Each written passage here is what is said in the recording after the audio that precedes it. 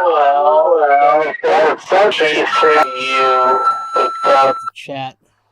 Welcome, everybody. Welcome to Sunday Clayinferno Live.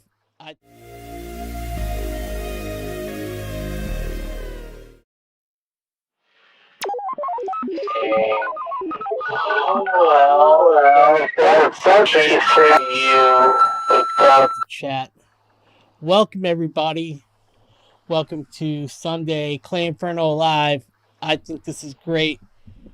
Podcast live. I moved from the AMA category, just chatting, over to the podcasts and talk shows on Twitch category. Not that I think that it makes that much of a difference, but we'll see. I'll grab some more listeners for that. So yeah, here I am at the home studio.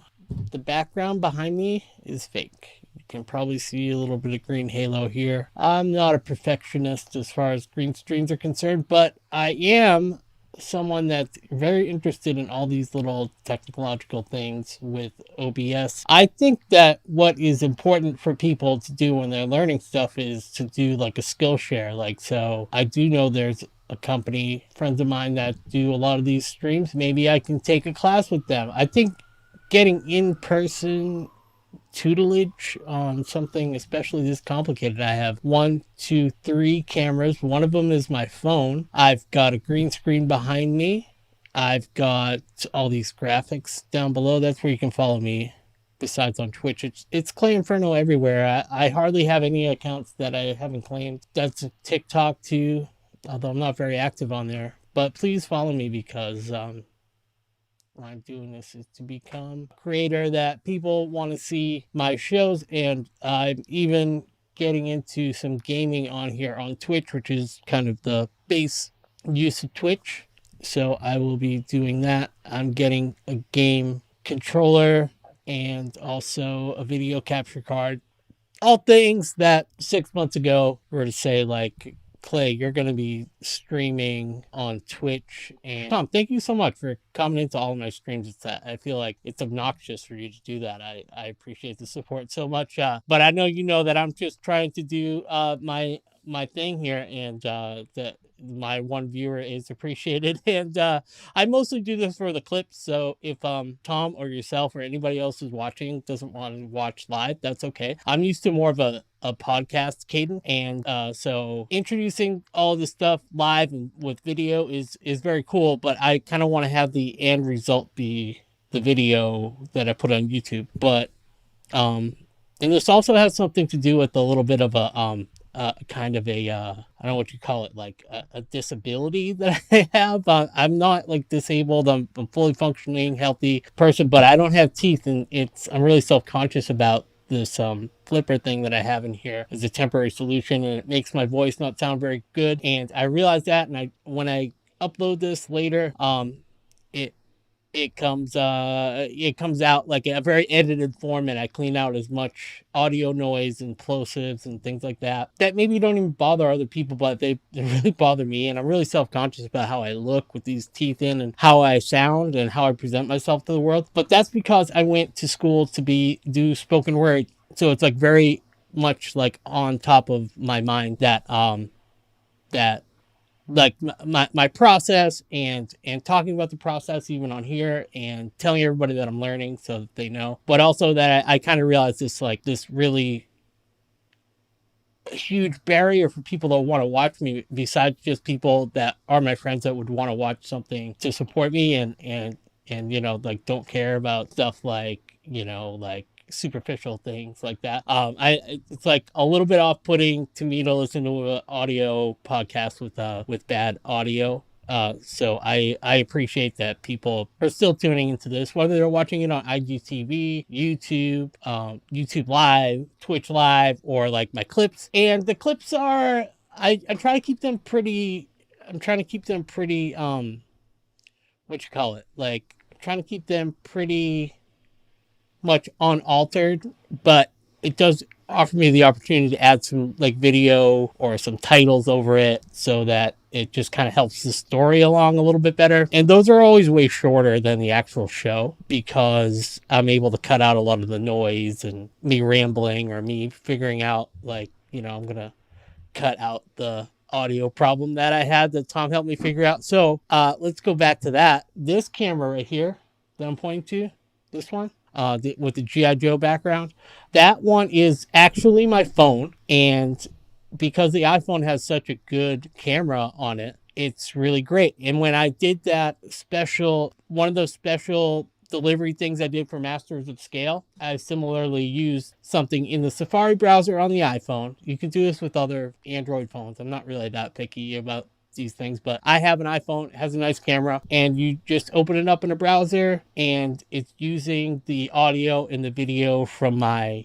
phone, And so that's why it was doubling up the audio, because I didn't turn the audio from my phone off. The other cameras are just kind of dumb and they don't have mics in them, so I didn't really think of that. So thanks for helping me out there on that one. So this is process, but it's also me just being honest about how I know that my voice sounds funny and I look funny and I'm a funny looking dude, and I feel bad about myself, and that none of that is true. But except for that, I do want to have a good quality product. Always thinking about it. I've got the best mic that works for my voice, I think, right now, and I just love it. I love the Shure MX. What is it called? It's a Shure MV7. And for podcasters, I think it's great.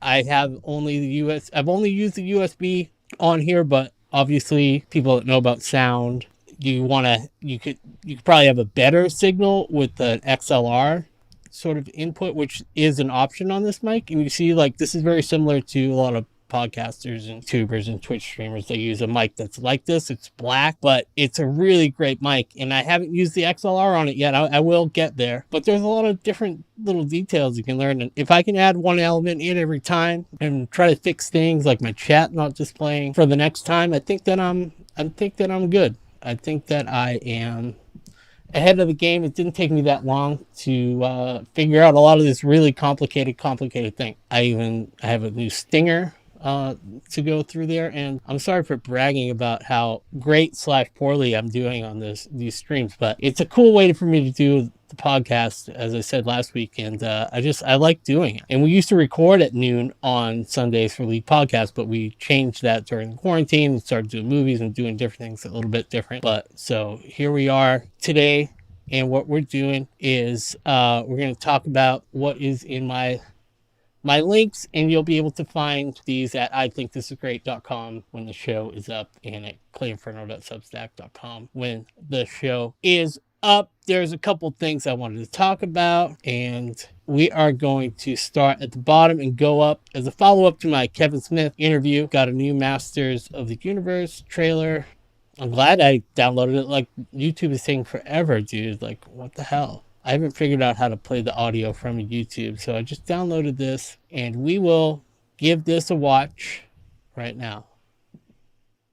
Time after time, you try to take this castle, but you will never succeed, Skeletor.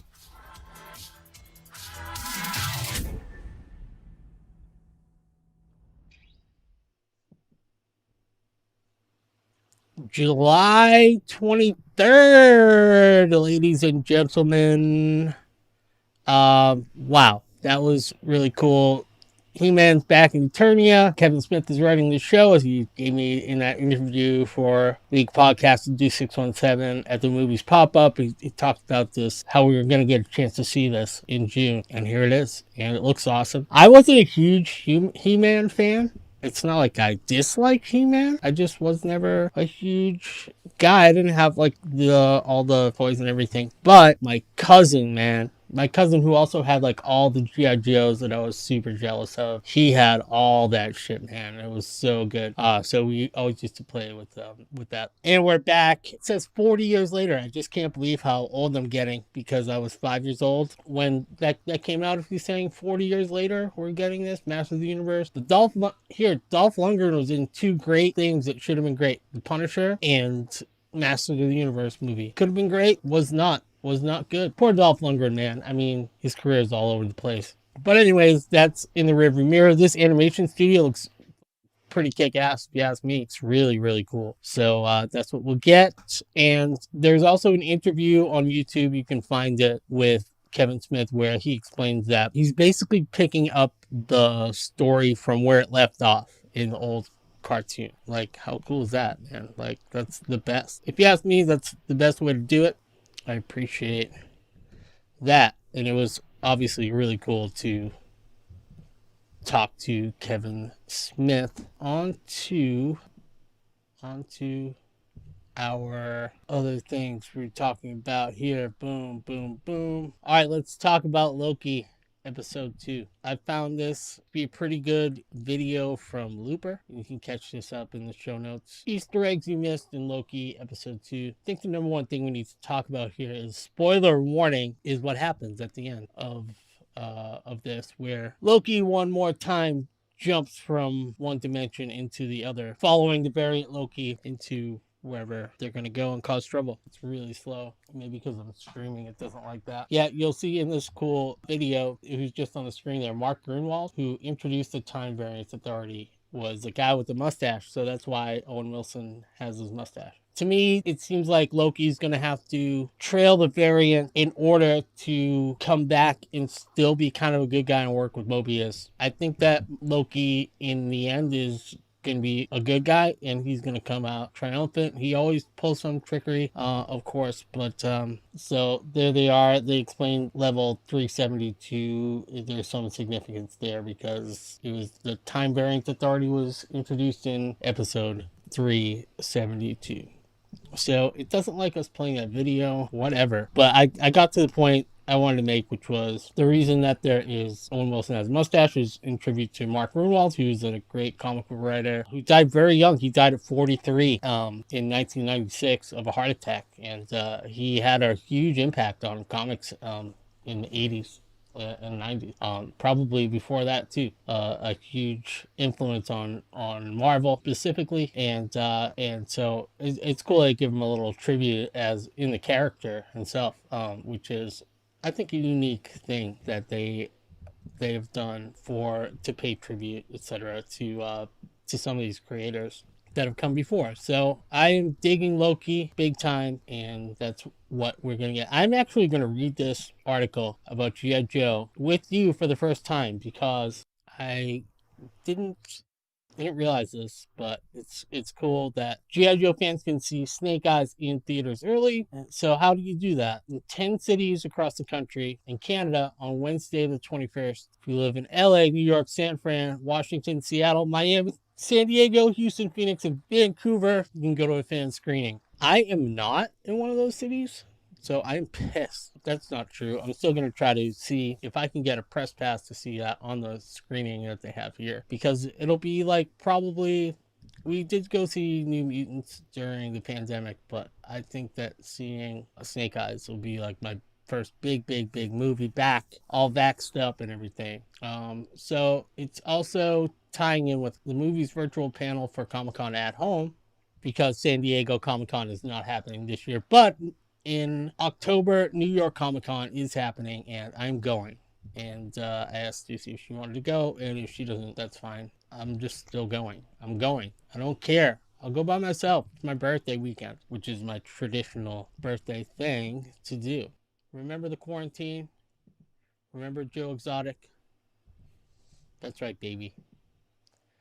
Joe Exotic launching his own cannabis line straight from the joint. See what he did there? Straight from the joint. Certified crazy person, animal abuser, jailed Joe Exotic, posing supposedly in front of some weed, but that's probably Photoshop. And he shouldn't eat a brownie that big if there is one. Joe Exotic has a new venture that could put him in high spirits, launching his own cannabis line, all while doing time in federal prison. I know that I'm always talking about how great and good for the economy that cannabis is. But yeah, so even Joe Exotic can get in here and make some money. So good for him, I guess. I don't know. Good for him. I don't know where I fall on whether he was actually trying to murder that lady or if that lady killed her husband or whatever. Do you remember that? That was like crazy quarantine times. Ay, caramba. Joe Exotic. People won't remember like how many people died, but they'll be like, yeah, I watched Tiger King. It was wild. I couldn't believe it. That's what they're going to remember. They're like, I didn't wear pants for a whole year, and I watched Tiger King. I got food delivered. Why don't we move on? More Canada news here. New Arizona website helps people expurge cannabis convictions. Okay. Arizona Administrative Office of the Court. That sounds like a legit thing, right? Like Prop 207 called the Smart and Safe Arizona Act passed in November 2020. Certain provisions taking effect or certified. There's always something with the certification there in Arizona. Adult and juvenile duress, arrest charges, adjudications, convictions, and sentences are eligible for expungement if the application meets the requirements. So that's good. I mean, it looks like this is a real state website. It's azcourts.gov, Prop 207. So good for them, man. I think we also, there's a lot to be done with the justice system around old cannabis related infractions. There's a lot of people in jail right now that don't need to be. So that's why I mention it, is because it's important that people shouldn't be in jail for longer than they should be, and black people shouldn't be in jail just because and white people like are like having these cannabis companies and being really successful and making money for the same thing that black people were convicted of. They have a dime bag and they were like arrested and they're in jail with like mandatory minimum sentences and stuff. It's messed up. We got to do this countrywide. We have to legalize cannabis nationwide, and we need to expunge all of these convictions. That's me on my soapbox, but it makes sense. I mean, I'm not even ever saying, I don't even think that when I get a little bit political on here that anyone would disagree with me. Like, it just doesn't, it's not a big deal. You know what I mean? Like, get these people out of jail if they didn't do anything violent or otherwise sketchy. You know what I mean?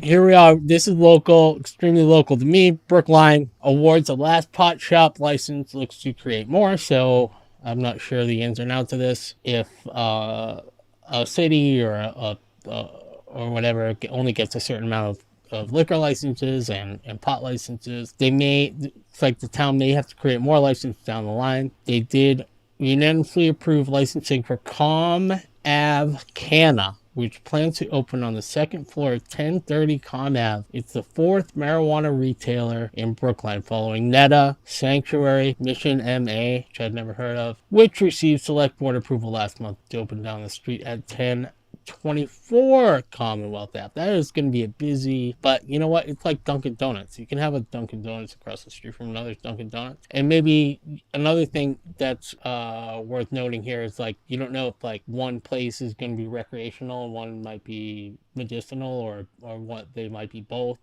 And not too far from this Calm Ave is Mayflower Medicinals, which is right down the street, which is like close to where Great Scott used to be. So like within like a couple blocks, you're gonna have 3 cannabis dispensaries. And to be honest, Netta isn't even far from there. I mean, it's like not far at all in a car, and it's like a 5-minute bike ride, 10-minute walk, 15-minute walk. They're running out of licenses in Brookline, but that's okay. It looks like they're gonna make some more. And so that's pretty much it. There's a lot more that we can get into, and maybe I'll have a guest on that we can talk about it, about not only cannabis legislation, but equality as far as not just the justice system, but who gets the licenses and who can, and if it's fair and equitable for people of all races, colors, and creeds, and all that. So that's like a more complicated conversation, but hopefully Brookline moves toward being diverse in the way they hand out the licenses, or when people are applying for them, that they are it doesn't just go to the big cannabis companies run by rich white guys, and more to that. On the next item on the agenda I have for today, before we wrap up the stream, is I'm going to share with you my Juneteenth experience. Here we go. This is Grace Gewirtz. I hope I'm saying their name right, but there was a little tiny concert yesterday up in the center of town, Brighton, Mass, which was Grace. And she did this week, obviously, President Biden signed into law Juneteenth as a federal holiday. Alston Pudding and the City of Boston and Brighton Main Streets put on a little concert, and there's another one today, which is Sunday at around 4 p.m. I'm not really sure who's performing. Share a couple pictures I took while I was there. She was really great, super talented. My hearing is like really shot, so they were not mic'd, and it's not a reflection on them that I did not stick around. Two things. I need to get my hair cut desperately, and all the places were closing down. But that's not why I left. I left because I couldn't really hear them play that well, because I need like hearing aids basically. But you can see how cute this is, and you may see some familiar faces there. This is just, they blocked off this little corner that people cut through by the bank.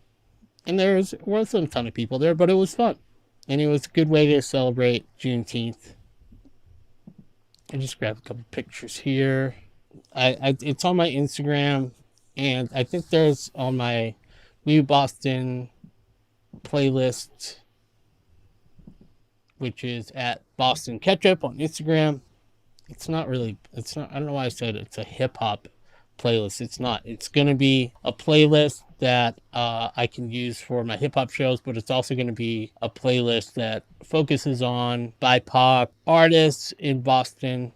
And I just started it, so I haven't gone way deep into it, but I want to showcase some different kinds of artists because there's a great variety of artists in town that I don't get represented on the white rock and roll stages that I am always playing around in. That's my world. So I've been doing that for so long. I feel like I should spread the love a little bit. Anyways, it's Juneteenth weekend. Happy Juneteenth. And it's exciting that that's a federal holiday. And there's a lot more work to be done out there. That's for sure. Let's see. We are going to wrap it up today for Clay Inferno. I think this is great live. I moved over to the podcast channel on Twitch. And I'm gonna roll with that. And this will be rebroadcast and edited and up on my socials and on my Substack all week, so you guys can check it out there. Thanks for tuning in, and we will see you chumps later. Bye-bye.